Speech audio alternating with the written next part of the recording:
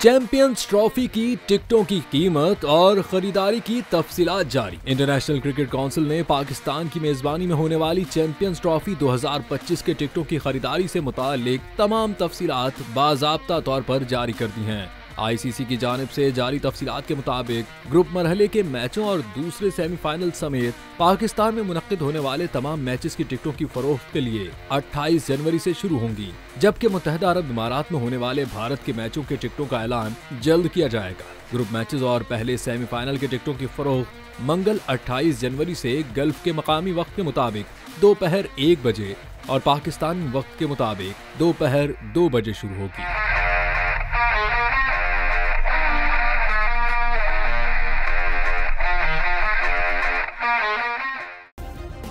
Subscribe करें और bell दबाएं ताकि कोई खबर रह न जाए।